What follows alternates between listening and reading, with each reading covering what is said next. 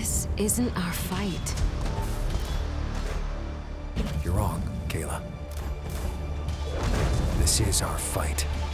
Dark Envoy is a brand new party-based tactical RPG that combines classic RPG mechanics with a skill-based combat system built on classes and specializations. This game can be enjoyed single-player or with a friend in its fully-fledged online co-op mode, and the official release date for PC is tomorrow, October 24th, via the Steam and GOG stores, with a price tag of $29.99 USD, and Xbox and PS5 are planned, but for early 2024. I'm going to give you all a game overview so you know what this game is all about, and then at the end of the video, we'll jump right into some pure gameplay chapter markers below. This video is sponsored by Event Horizon. I appreciate them reaching out to the channel. They are an indie team of 29 based out of Poland, and their previous title is called Tower of Time. Starting off with the story. So this game is set in the fantasy world of John, and you'll be assuming the roles of Kayla and Malachi, two siblings who were living a rather carefree life of adventure in an otherwise imposing war-torn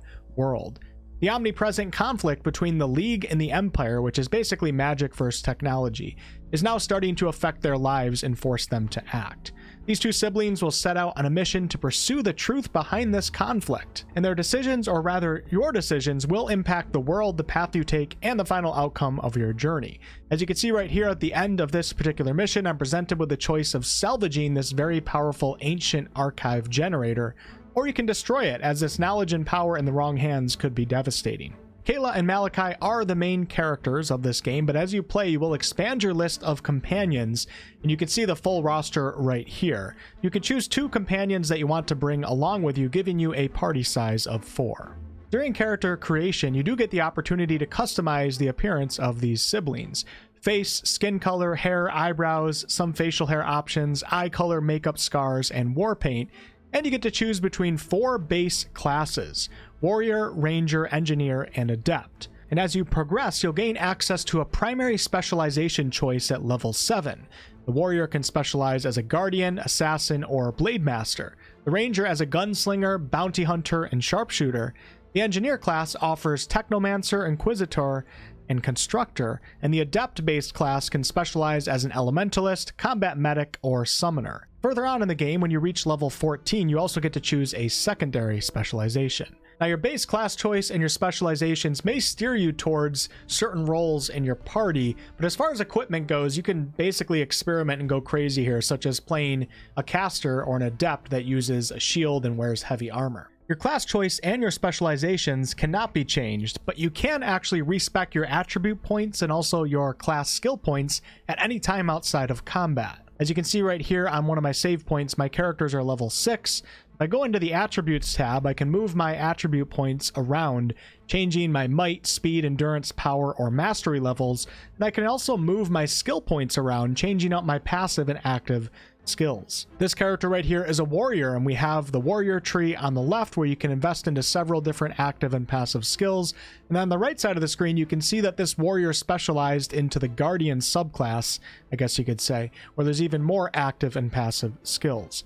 And speaking of active and passive skills, each character can have up to 5 active skills equipped on their hotbar at a time, 4 passives, and 1 weapon skill. Malachi, who I made a warrior, has Whirlwind as a weapon attack, and for his class and specialization skills we have Dash, Iron Skin, Throw Axe, Healing Pulse, and High Wall. And while we're on the topic of some of these skills, the ones that have AoE effects, many of them you can actually shape in this game on your own, as you can see me doing here with the High Wall skill. It's really fun and can greatly add to your tactical strategy. And speaking of tactics, let's talk about the combat in this game. This game employs a real-time with pause and slow time system, but it plays in a much more accessible manner than some of the CRPGs of the past. Now, if you're in real-time mode and use a skill, it will go off instantly, which does feel a bit like an action RPG in a way, but your weapon attacks are tied to their attack speed and will continuously attack when you select an enemy. When you pause time to assess the battlefield and issue out commands,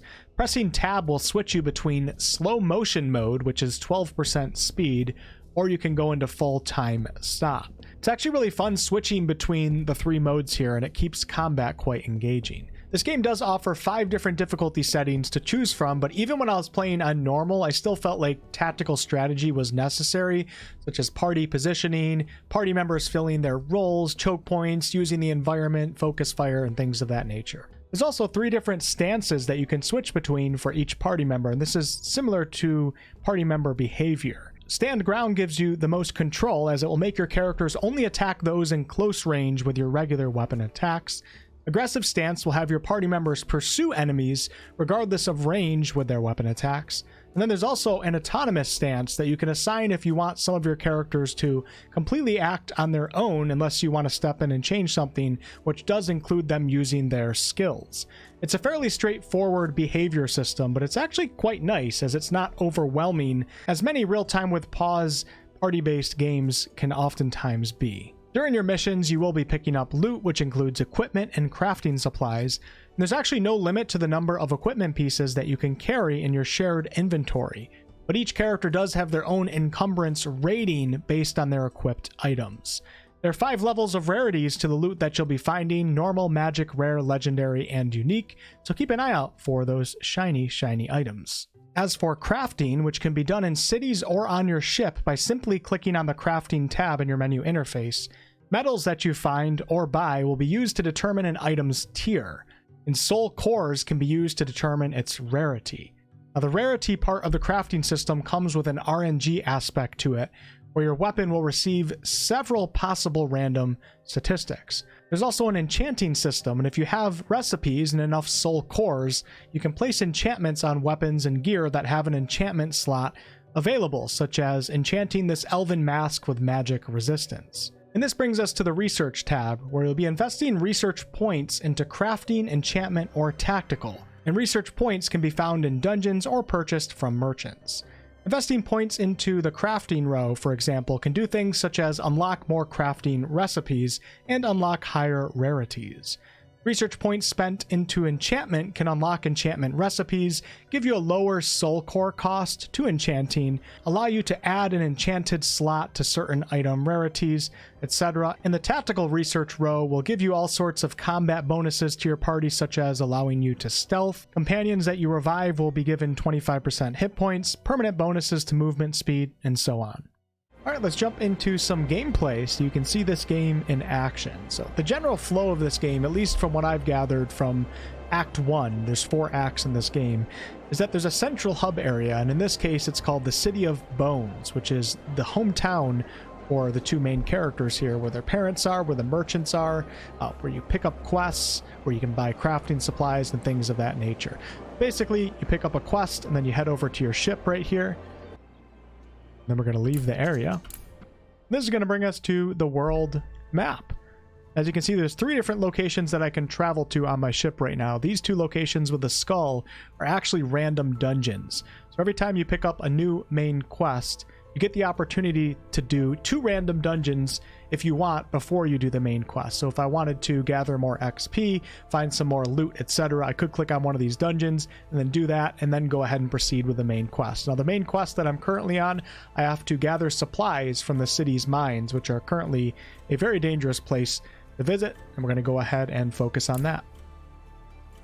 And we're going to choose our 3rd companion here. Can have a party of 4 in this game, but on this load point I only have 1 extra companion named Benedict. Remind me again why you would stash the supplies in an abandoned mine? It was spacious, useless, and close enough to hold them back. There's no...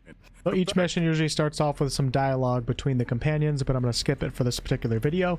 And let's head on out and see if we can find these supplies. I'm going to switch to lock camera mode. Right. Time to get our hands dirty. Look out. Orders? What's the plan? Choice. A pretty simple encounter, but it's going to get a little bit more difficult the further we get into this dungeon. So if I switch to the free camera mode, we can kind of scout ahead with the camera a little bit. It looks like this encounter is going to be a little bit more difficult. So I should probably approach it a little more strategically. So let's take my tank and see if I can sneak him up behind this little area of cover up here. before I'm discovered with the stealth meter. I'm going to put everybody into stand ground stance so they don't do anything I don't want them to do. I don't like this place. And I made it. Perfect. really hate And we'll take rats, Malachi huh? and put him right here. It's not that. It's just... I feel like we're being watched. I think we should start off by shooting this poison barrel right here to see what type of environmental effects it may do. You asked for this.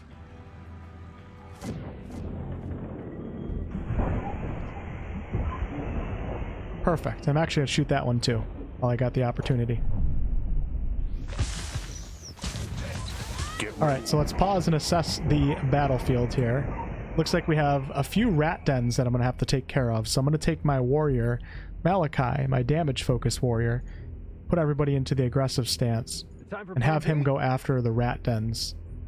And then I'll have my tank get right into the thick of it over here. Yes. And Kayla can help with the rat dens too, after I do a quick AoE.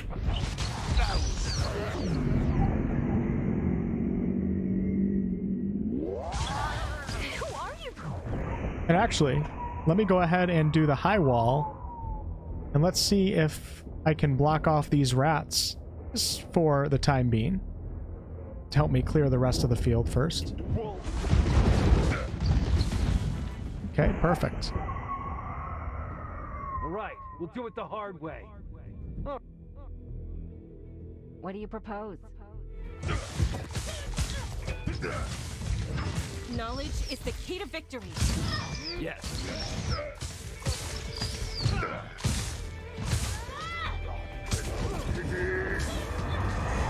Alright, then we got 2 more rat dens to take care of, so we'll put Malachi on this Knock one. them out. We're going to have Kayla... I'm going to have Kayla summon a little fire apprentice, which is going to help with damage absorption. Which is pretty cool. So let's summon that by her side. And let's charge up with the tank. They left us And no place... When I get my mana back, I'm going to place a guardian flag.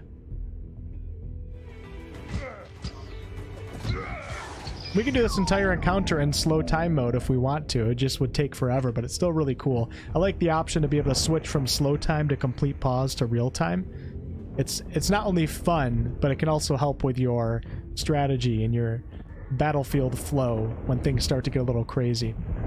This enemy looked like he popped up out of nowhere, so I should probably... Let's see. Let's go ahead and... Kayla can probably take this guy on her own, I think. Maybe. Oh, easily. So we got to get Kayla away from this charging marauder. And I'm going to send Malachi over here to help. We'll dash right into this guy's path.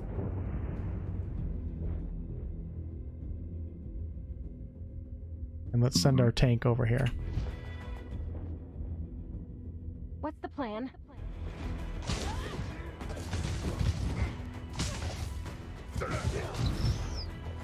Listening. Got him! Out of my way.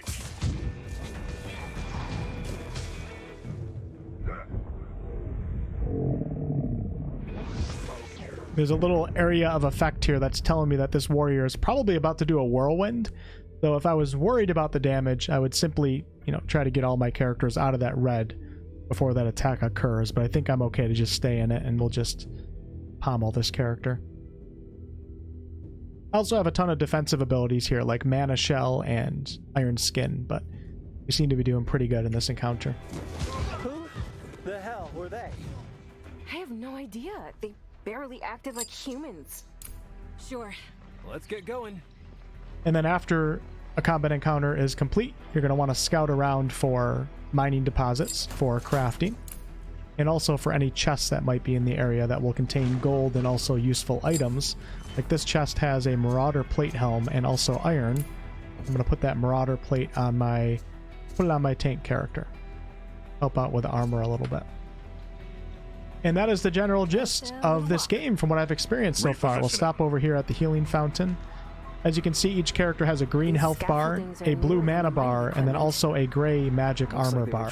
And there is more to this dungeon, and then probably a boss at the end, but I think that combat encounter was a pretty good showcase. So thank you all so much for watching, and big thank you to Event Horizon for sponsoring this video. If you guys are interested in this game, make sure to check it out. I'll leave a link down below. It comes out tomorrow, or it will already be out by the time that some of you guys are watching this video, as its release date is October 24th for PC, early 2024 for Xbox and PS5. Catch you all in the next one.